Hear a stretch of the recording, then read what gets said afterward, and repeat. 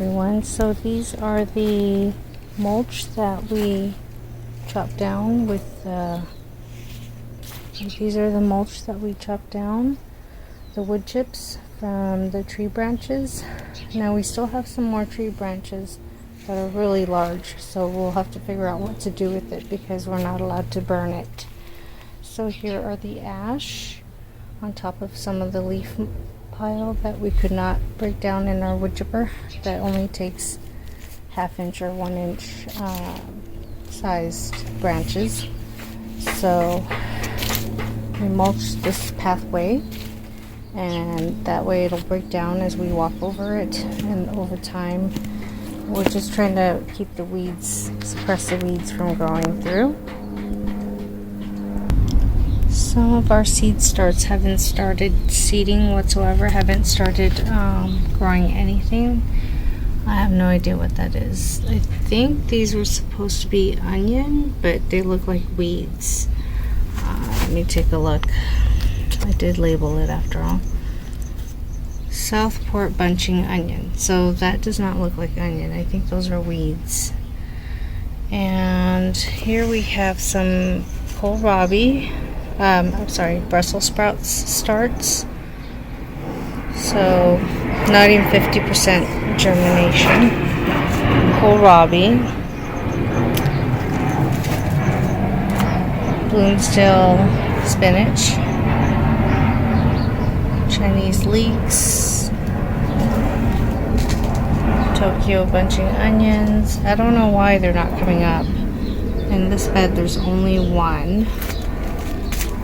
And it could be that I overwatered them and the soil is not necessarily starting mix. So maybe that's why. I have no idea. So still only 3 plants. A third one popped up. Oh, a fourth one popped up. Okay. I did reseed this, so it has new seeds in them. So that's why if there are new plants, it's not from the first seeding. And as you can see, there are some bare spots here. I gave some plant starts to my mom, and I am transplanting them now into the ground. The Chinese leeks are not coming up. It's so frustrating. I do like allium family type of plants. So here I removed another container of the red rhubarb chard. So I'm planting those in the ground, and I took some tatsoi and some bok choy to transplant to the ground, and some bright lights chard, the colorful ones. I have to find a spot for them. So here are the remaining bok choy that I wasn't able to transplant because of lack of space, and here is the Swiss chard. But it's okay. I think I'm going to give them to my sister if I have the chance to go over to her place. So this was the area that I cleared out of the sweet potato leaves. All over this entire area it was green. It served as a good ground cover. It kept the soil moist and cool, and gave habitat for lizards and crickets and pill bugs and all kinds of stuff. So we pulled those things out, and I transplanted my bok choy, tatsoi, and dill into these areas here. There's the dill way over there. I figured it's the tallest plant, so it's going to be way back there. And then these are the rhubarb chard. The tatsoi here, there are 6 of them. And then I have about 5, I think, of the bok choy. I have more room over here, but I can't plant them because I need to try to protect them from being scratched up and pulled up, because we have a problem here with that sort of stuff. So I'm always trying to find something to cover stuff.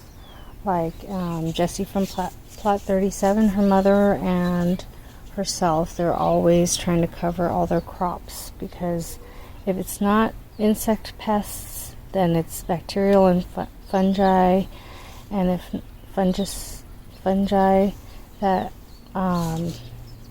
kill the plants, or it's actual animals like badgers and raccoons and possums that dig them up. So, and the environment, the climate. So it's quite a feat if you ever get to grow anything to eat.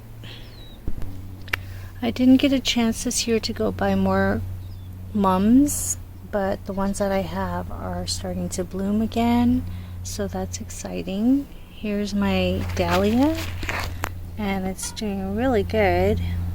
It's blooming again, I guess because it kind of is that nice springy type weather. In the fall, it's like the equivalent of spring.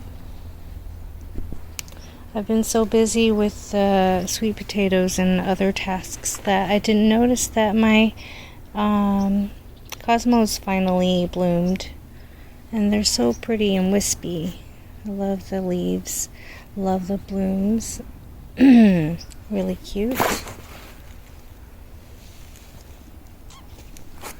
And my zinnias are coming back for one final time before they die off, because the majority of the stems are really leggy and only the top portion of the plant has foliage and it's making flowers, and it seems like the black fly or something are attacking it, which is fine because I'm gonna pull up the material when it's no longer making flowers, pull up everything, weed that area, and chop and drop all this material or compost it or something and make it ready for a new bed over here next year. This new pineapple sage, I'm going to need to dig it up out of here and give it to my sister, because not only do I want to have spares of plants in my garden, I want to spread it out to my family so that if mine dies, I can still have another source to get it from, and they get the variety as well in their gardens. I love it. My eggplant plants won't quit. So I have one, a little baby one, 2, 3, possibly another one here, a small one here, 4, a little one there, 5, 6,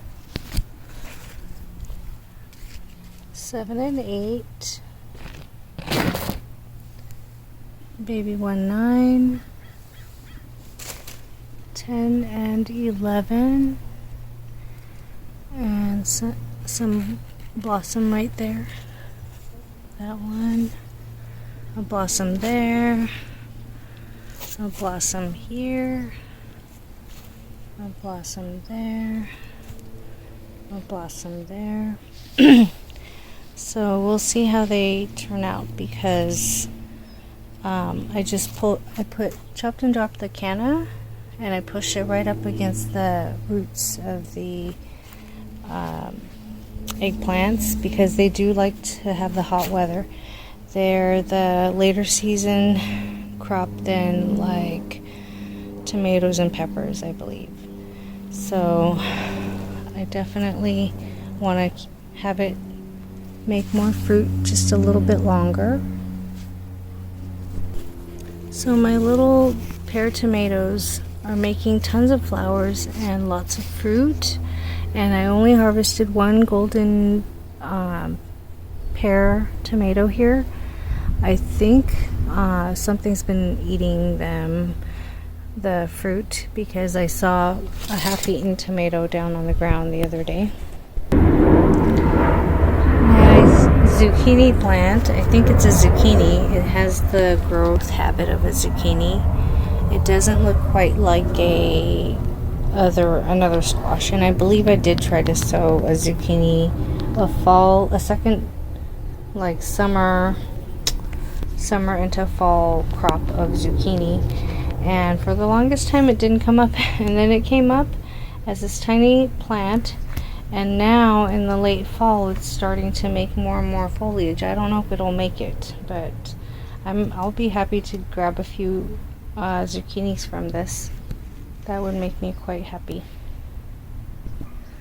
And the roses are finally blooming again. They didn't bloom this summer, and now that it's fall, it's blooming. But maybe that's the time that it's supposed to be. I ought to write that down, because I know it blooms in the spring and sometime in the fall, but I thought it also had a summer bloom before, but I could be wrong.